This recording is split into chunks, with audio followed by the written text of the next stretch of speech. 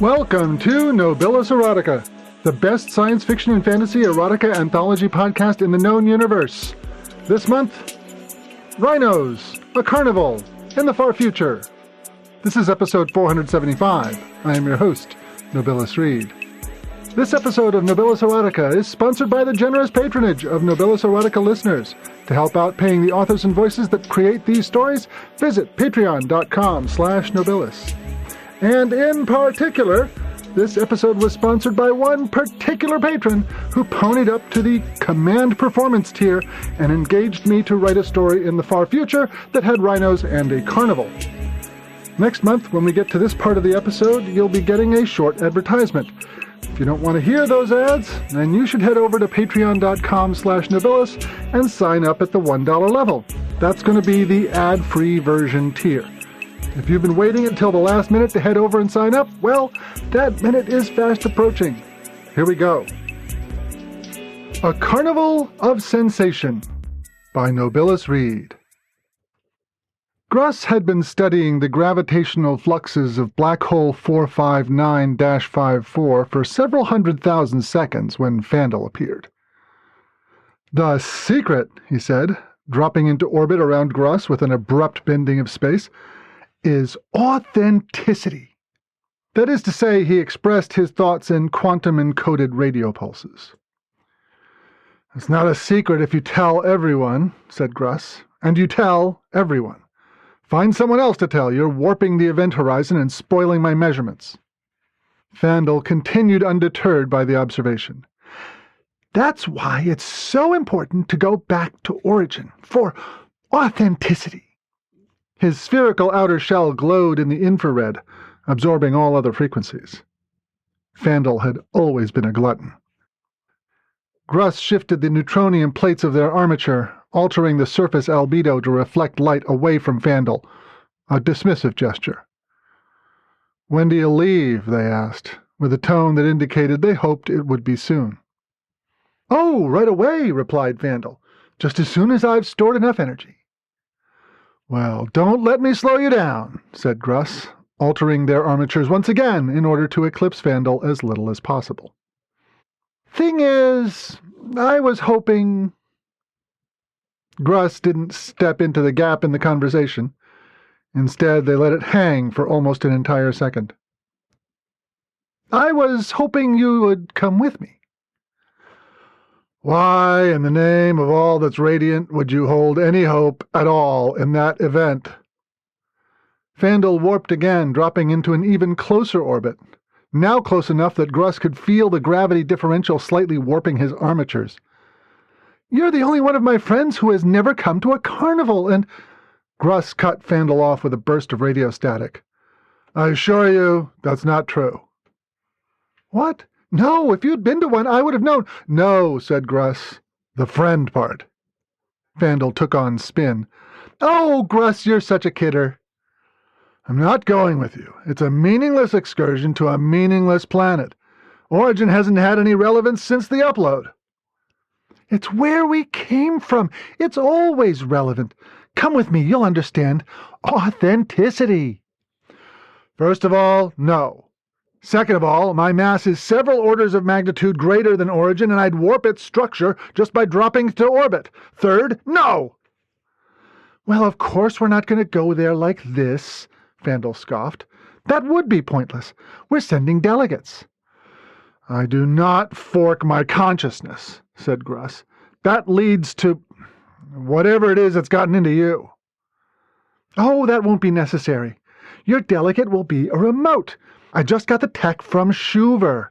It's just like creating a forked delegate, except instead of a brain, the remote has a real-time transceiver, broad streaming anywhere within 10,000 light seconds.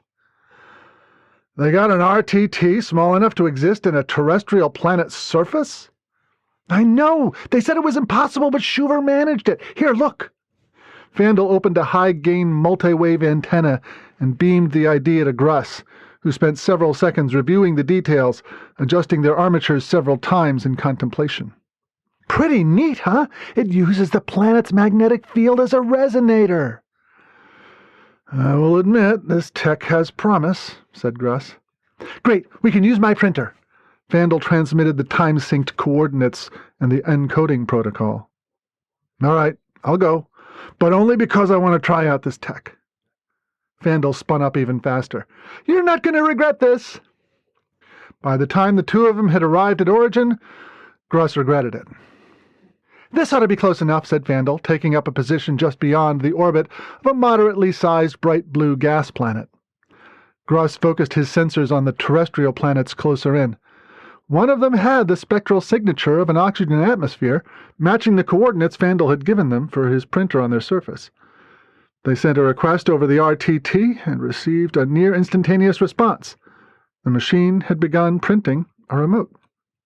After a few thousand seconds, which Fandel filled with all manner of nonsense, the printer sent a success message along with contact protocols for the remote.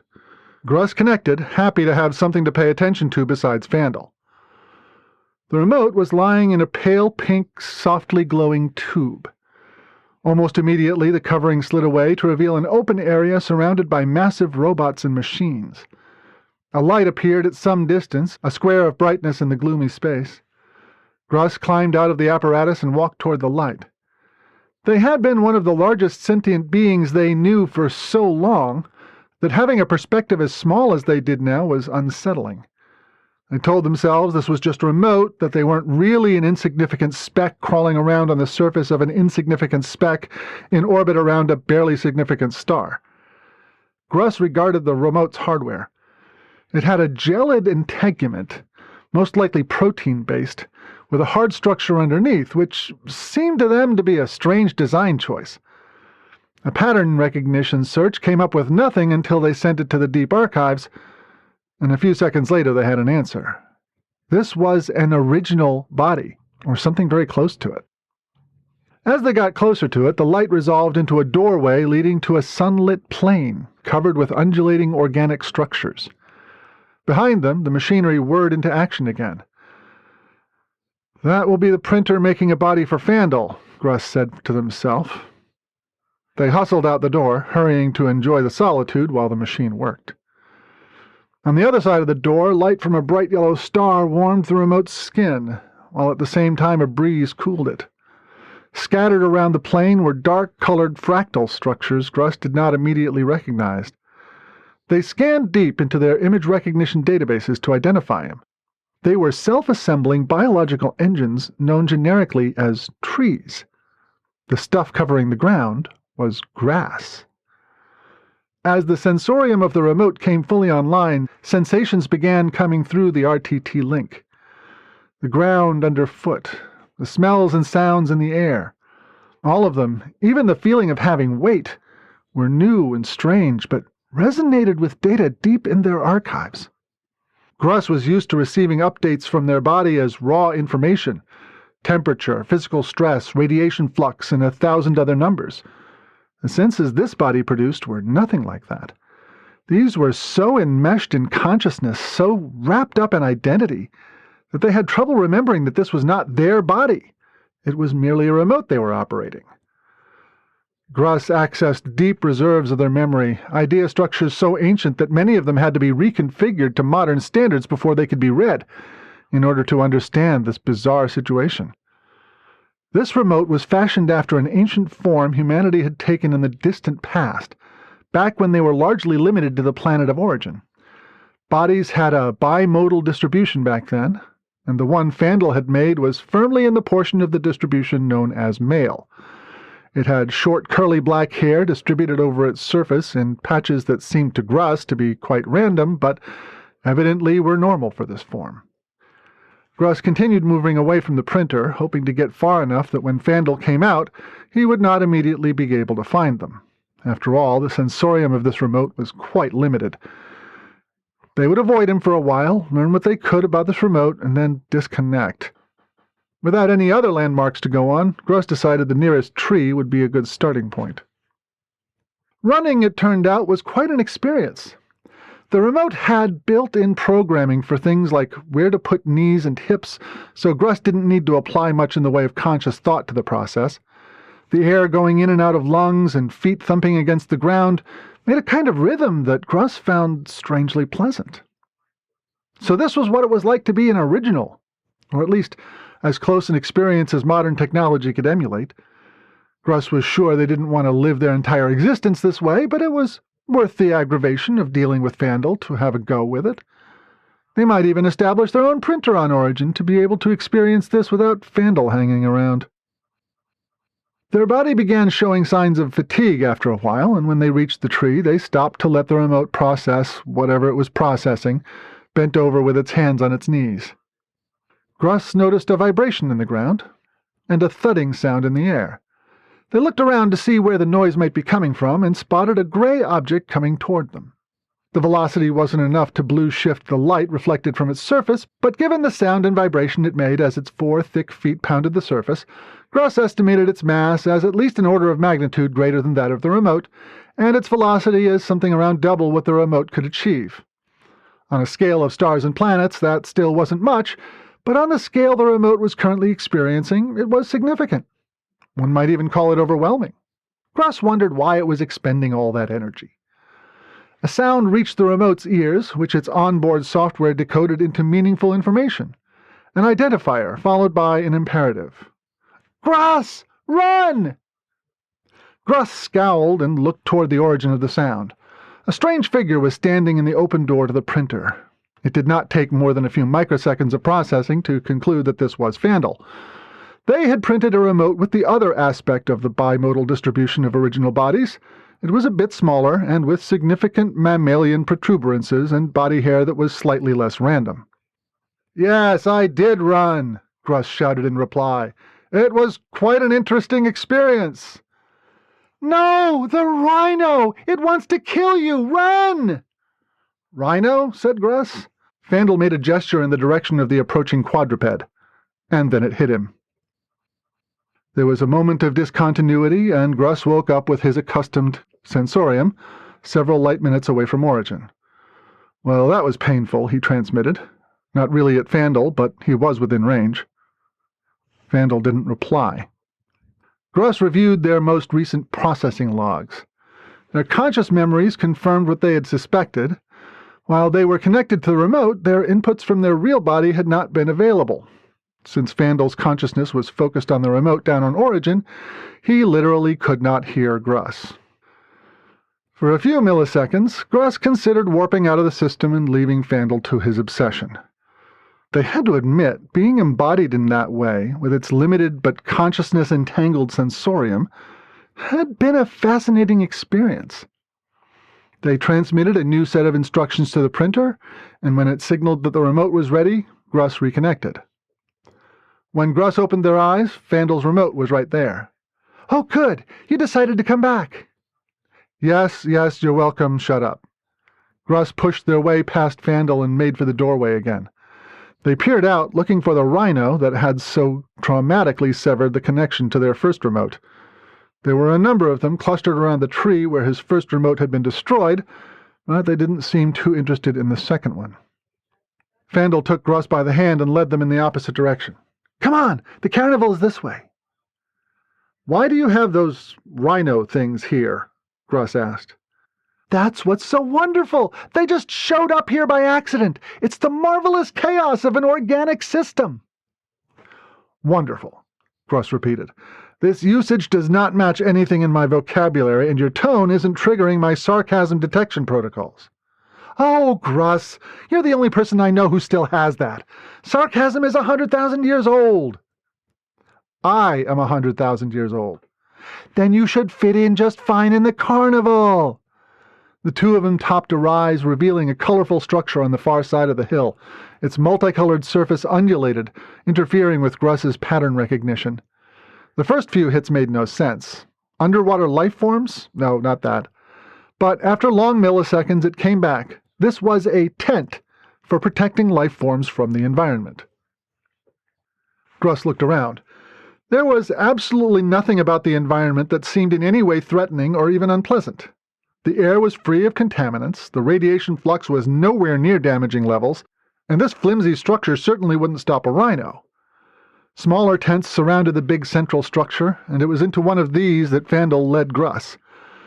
Gruss decided it would be better to bring their pattern recognition database up to working memory rather than constantly running queries in their deep archives.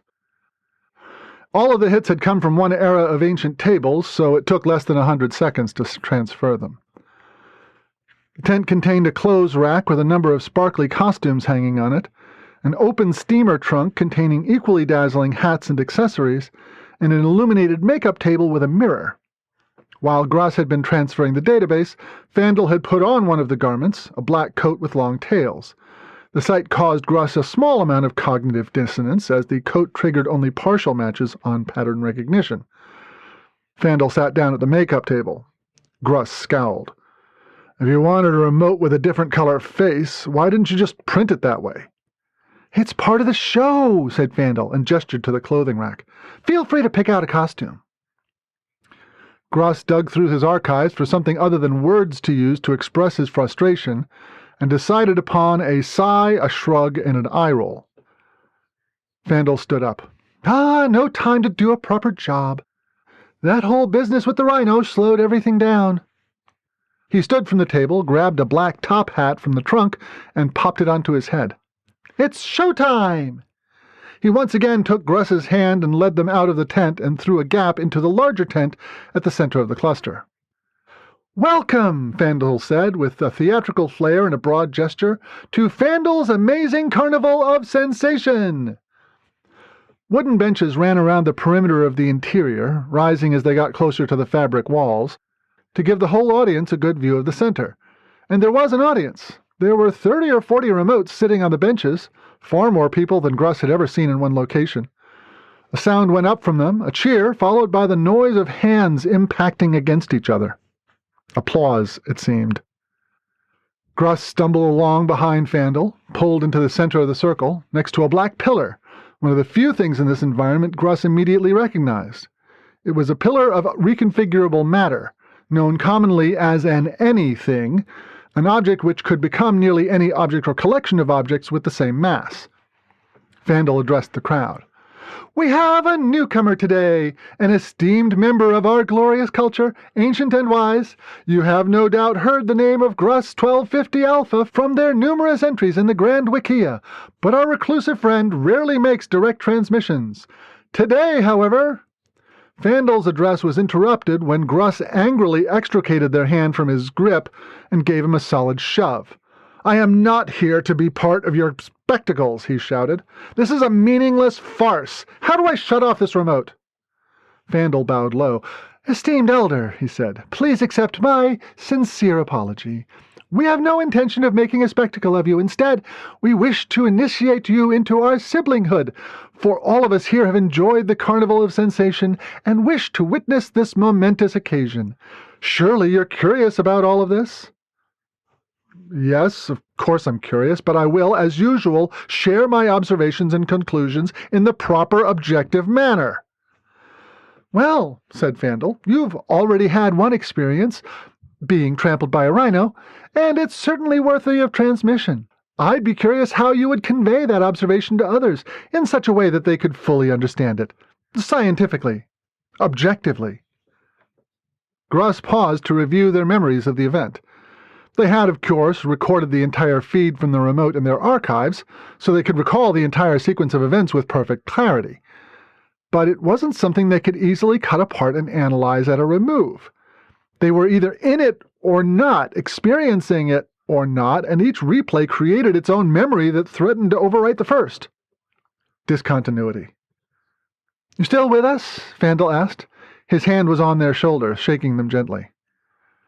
"No," said Gruss. "It will take more time to objectively analyze this experience." Fandel looked into their eyes. "Yep, we've all been there. It defies analysis, Gruss.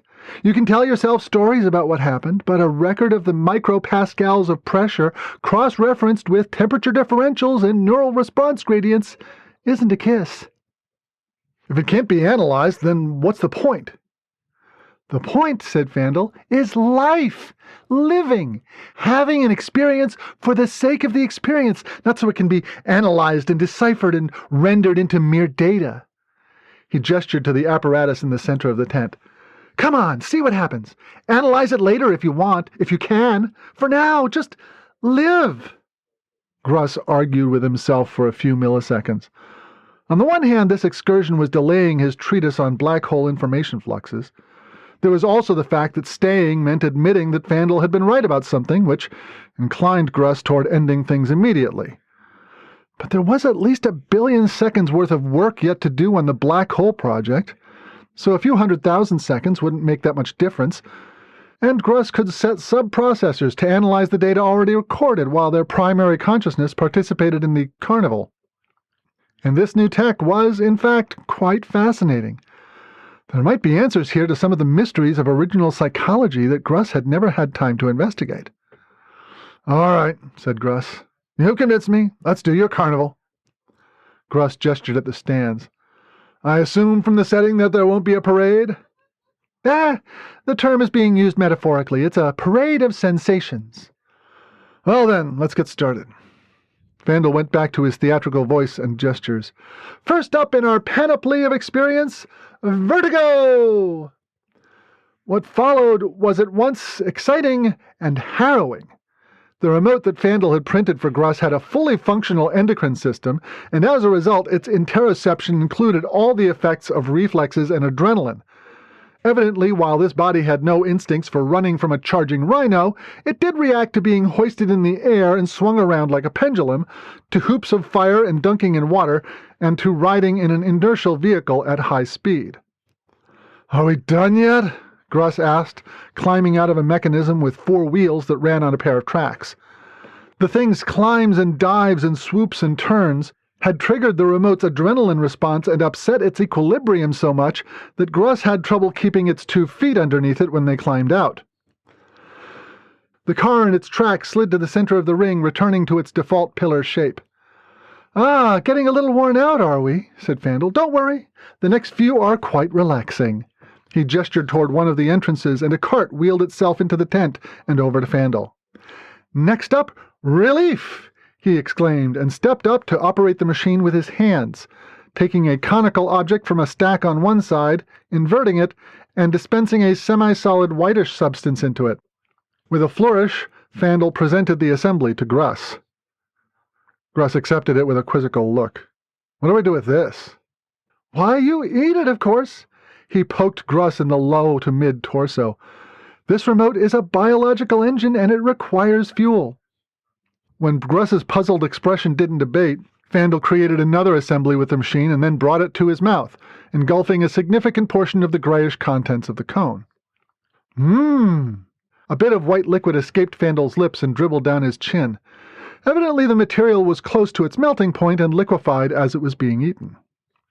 Gruss imitated Fandel's motion and took a portion of its substance into their mouth.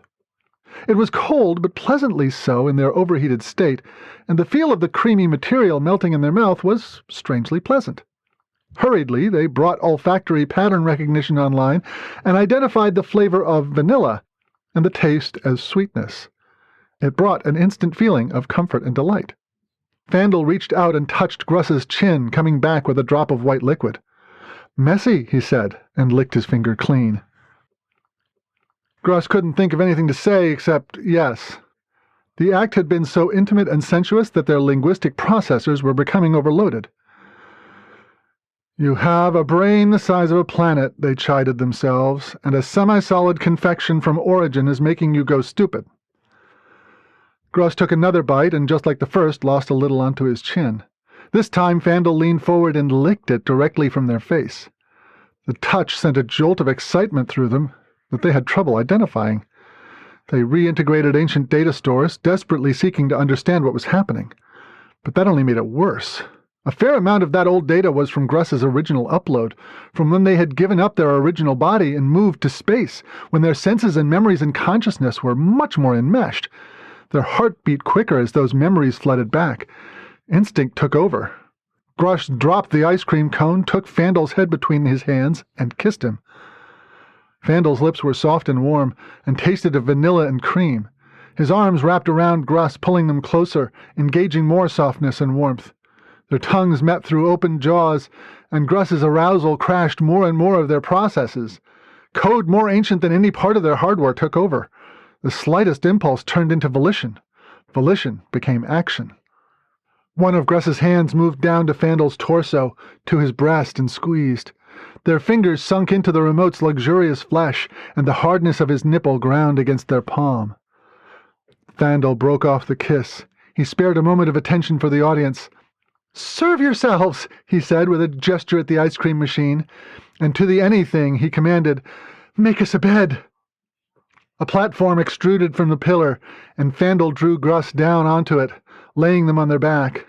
The surface was soft and silky, but had firm support underneath. "The next sensation, release!" Fandel crawled up Gruss's body, straddling their thighs, hands on either side of their body. His breasts hung down and brushed lightly over their skin, nipples tracing lines of stimulation on their belly and ribs. The remote's inbuilt instincts, the same ones that allowed it to walk and run and breathe, shunted blood flow to cause its penis to swell and harden. All around them, the other remotes moved closer, operating the machine to dispense ice cream, but also gathering around the bed, watching Gruss and Fandel recapitulate the ancient original act of coupling.